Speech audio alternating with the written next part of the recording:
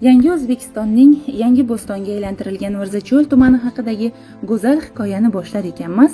So'zimiz avvalida ulug' ajdodlarimiz ta'kidlaganidek, moziga bir nazar tashlab o'tmoqni joiz deb bildik. Ulkan cho'l deb tushuniladigan Mirzacho'l tekisligi qadimda unumdor tuprog'i, bepoyon yaylovlari bilan mahalliy aholining hayot kechirishi uchun dehqonchilik va chorvachilik maydoni bo'lgan. 1967-yilga kelib, bu yerlarda cho'ldagi dastlabki tuman Mirzacho'l tumani tashkil etildi. Hozirgi shahar o'rnidagi Irjar ishchilar posyolkasi faqat tuman markazi emas, cho'lning o'zlashtirilish bosh qarorgohi sifatida yil sayin kengayib, 1974-yilda shahar maqomi berilgan.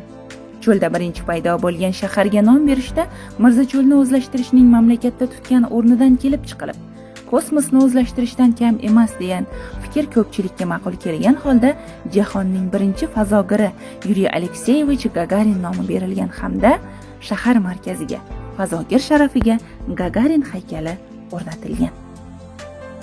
So'nggi yillarda yurtboshimiz tashabbusi bilan Obod qishloq dasturi doirasida tumanda ulkan bunyodkorlik ishlari amalga oshirildi. Eski barak tipidagi uylar buzilib, yangi uy-joylar, bekatlar, Motam sari ona haykali, davlat xizmatlari binosi, tuman hokimligi hamda bank binolari, tibbiyot birlashmalari binolari, xususiy tadbirkorlarga qarashli savdo majmualari, nonvoyxonalar, zavodlar, Mirzacho'l tekis korxonalari qurildi. Ko'chalar, yo'llar, maydonlar obodlashtirildi. Maktablar, bog'chalar, tibbiyot muassasalari va bir qancha binolar zamon talablariga mos ravishda qayta ta'mirlandi. Obod qishloq mahalla dasturi orqali ijtimoiy va iqtisodiy infratuzilma, aholining yashash sharoiti tubdan yaxshilandi.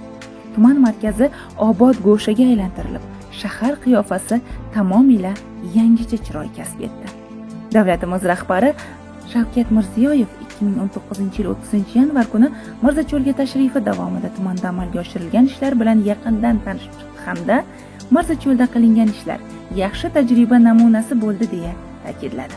Shuningdek, 2021-yil 23-aprelda Vladimir Janibekov hamda Solijon Sharipovlar tashabbusi bilan Rossiya qahramoni general Vladimir Shamanov homiyligida Koinot muzeyi ham tashkil qilindi. Qolaversa, yoshlarning vatanparvarlik ruhida tarbiyalanishi, ular ma'naviyatini yuksaltirishiga qaratilgan ishlar timsoli sifatida 2024-yil 3 renessans davrlarini o'zida mujassamlashtirgan ezgu niyat maydoni barpo etildi. Shular bilan bir qatorda tumanimiz sportiga yanada ko'rk ulashish maqsadida zamonaviy inshootlar bunyod etilishi davom etmoqda.